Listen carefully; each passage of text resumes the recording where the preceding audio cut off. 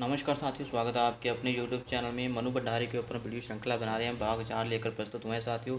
थोड़ा सा पढ़ेंगे क्योंकि हमने लगभग सभी कहानी संग्रह तो कंप्लीट करवा दिए हैं। ठीक है, मैं हारगी से लेकर त्रिशंकु तक हो चुका है साथियों। आगे के जो कहानी संग्रह आप देख रहे हैं, जैसे 6ठे नंबर पर है जे श्रेष्ठ कहानियाँ, 7वें पर है मेरी प्रिय कहानियाँ, फिर 8वें पर है प्रतिनिधि कहानियाँ, फिर 9वें पर है 10 प्रतिनिधि कहानियाँ। साथियों, इनको पढ़ने की आवश्यकता नहीं है। अभी आप पूछेंगे क्यों नहीं है? क्योंकि जो ऊपर वाले कहानी संग्रह आप देख रहे हैं ना, इन्हीं में से एक एक कहानी ली गई है, फिर आपस में जोड़ दी गई है। ठीक है, आपस में जोड़ दी मतलब समझ लीजिए कि मैं हार गई में से एक ले ली कहानी, फिर दूसरी कहानी इसमें से ले ली गई, तीसरी कहानी इसमें से ले ली गई, हो सकता है चौथी कहानी खुद नई इसमें डाल दी गई हो। तो ज़्यादा इंपॉर्टेंट ये कहानी संग्रह नहीं होते हैं। ठीक है, त्रिशंकु तक इंपॉर्टेंट है। जो आगे इंपॉर्टेंट है साथी, उसको मैं आपको बता देता हूँ कि अभी जो हम थोड़ा सा पढ़ेंगे वो है नायक खलनायक विदूषक के बारे में, जो 2002 में प्रकाशित हुआ था उनका। ठीक है, 2002 में प्रकाशित हुआ था ये कहानी संग्रह, इसको पढ़ लेते हैं। फिर कथा कथा पटकथा, ये भी ज़्यादा इंपॉर्टेंट नहीं है लेकिन फिर भी थोड़ा सा बता देते हैं। 2004 में प्रकाशित हुआ था। तो इसके अलावा जो इनके उपन्यास हैं और नाटक हैं, इसके ऊपर भी हम थोड़ी सी रोशनी आपको ढाल कर बता देंगे। ठीक है, तो साथियों नायक खलनायक विदूषक जो उनका 10वां कहानी संग्रह है। ठीक है, जहाँ पर कॉमा जरूर डाल दिया गया है, जो बीच में हाइफन आना है। ओके साथियों, तो नायक खलनायक विदूषक, इसमें साथियों कुल 50 कहानियाँ हैं।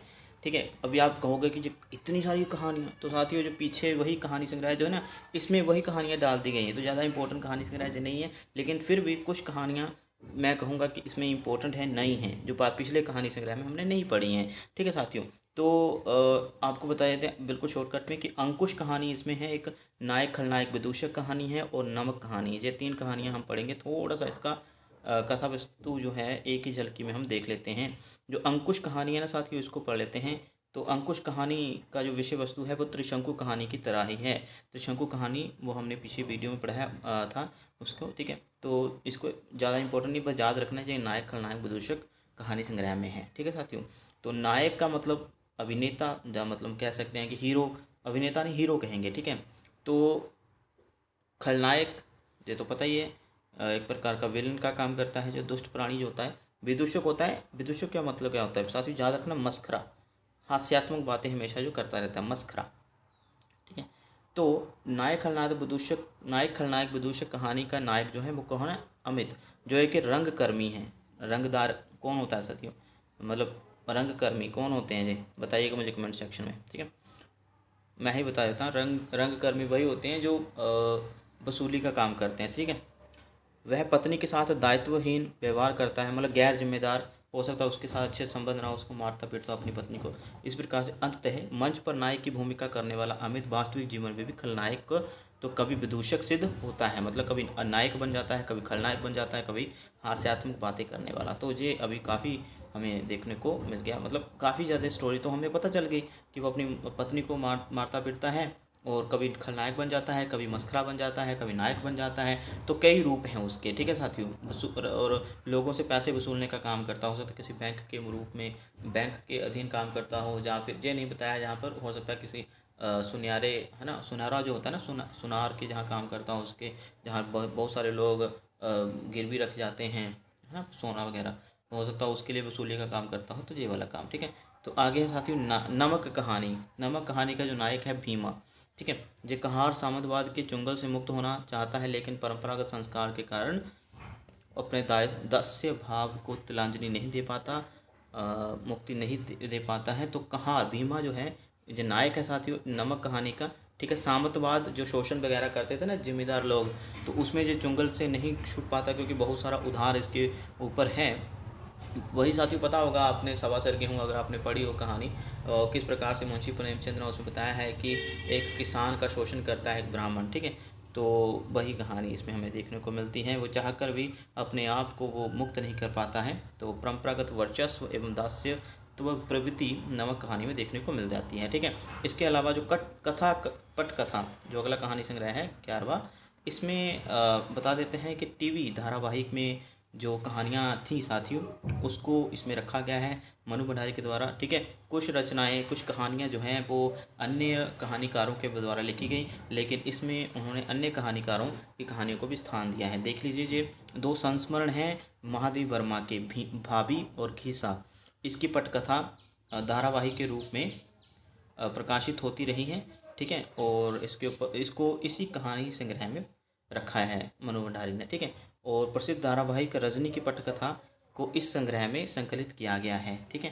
तो यह उनकी हालांकि मौलिक रचना नहीं मानी गई है। रजनी रजनी एक धारावाहिक था, नाटक था जो टीवी पर प्रसारित होता था, तो इसकी कथा को भी इसमें रखा गया है। साथियों ये पढ़ने की आवश्यकता नहीं है, नॉट इंपॉर्टेंट कहूँगा मैं इसको, ठीक है। फिर भी मैंने बता दिया, कथा पटकथा अगर पेपर में बाई चांस पूछ लिया जाए, केवल किस्मत खराब होती है साथियों, वहाँ से प्रश्न पूछ लिए जाते हैं जहाँ से उम्मीद तक नहीं होती। तो कथा पटकथा याद रखिएगा, जो उनका अंतिम कहानी संग्रह है। इसमें उन्होंने जो धारावाहिक प्रसारित होते थे उस ज़माने में टीवी पर, रेडियो पर, तो उसकी कहानियाँ जो हैं इसमें रखी हैं, ठीक है। तो कौन सी भी भाभी, खीसा, रजनी, इस तरह की ज़्यादा इंपॉर्टेंट नहीं है, लेकिन फिर भी याद रखिएगा कि इसमें जो पटकथा वगैरह होती थी टीवी पर प्रसारित होने वाले नाटकों की, उसकी कहानियाँ इसमें थी, ठीक है। तो साथियों आगे, तो साथियों बहुत अच्छे उपन्यास भी इनके देखने को मिल जाते हैं, ठीक है। एक इंच मुस्कान मुस्कान जो कि सहयोगी उपन्यास है, मतलब अपने पति राजेंद्र यादव के साथ मिलकर लिखा था इन्होंने, जो कि प्रकाशित हुआ 1900 देवनागरी अंकों में लिखा है। साथ ही 1961 में प्रकाशित हुआ था आपका बंटी, बहुत ही इंपॉर्टेंट, जो तो यूजीसी नेट की परीक्षा में भी लगा हुआ है, ठीक है। बहुत ही इंपॉर्टेंट उपन्यास है, बाल मानसिकता के ऊपर लिखा गया है।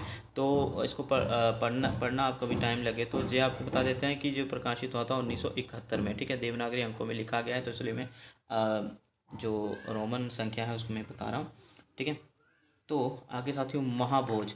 महाभोज साथियों ये नाटक के रूप में भी उन्होंने लिखा, पहले इसको उपन्यास के रूप में लिखा था, ठीक है। तो 1973 में प्रकाशित हुआ था, ठीक है। 1973 में प्रकाशित हुआ था। कौन सा उपन्यास उनका? महाभोज। स्वामी जो उपन्यास है साथियों याद रखिएगा, ये उनका प्रकाशित हुआ 1982 में, ठीक है। आगे कलवा उपन्यास, जो कि बाल मानसिकता के ऊपर आधारित है, बाल उपन्यास जिसको कहते हैं, ठीक है। जो 1982 ईस्वी में प्रकाशित हुआ था, ये भी लिख लीजिए आप, ठीक है। और आस माता, ये भी मानसिकता के ऊपर आधारित उपन्यास है, तो ये प्रकाशित हुआ था उनका 1972 में, ठीक है। ये याद कर लीजिएगा, ये उनके उपन्यास थे। तो साथियों मैं नाटक नहीं पढ़ाने वाला हूँ, उपन्यास नहीं पढ़ाने वाला हूँ, क्योंकि मास्टर अकेडमी में तो नहीं, हाँ लेकिन यूजी नेट के लिए अलग से वीडियो बना देंगे। लेकिन जो नाटक भी इनके देखने को मिल जाते हैं, बिना दीवारों का घर और महाभोज, ठीक है। महाभोज को उन्होंने पहले उपन्यास में लिखा था, लेकिन बाद में नाट्य रूपांतरण उसका किया था। कब किया था? 1983 ईस्वी में। ये भी आप लिख लीजिएगा। तो साथ ही इस वीडियो में इतना ही, अपना ध्यान रखिएगा, और अच्छी लगी वीडियो तो लाइक, सब्सक्राइब, शेयर ज़रूर करिएगा। आपका प्यार मिल रहा है हमें मालूम है। तो मिलते हैं अगली वीडियो में, तब तक अपना ध्यान रखिए।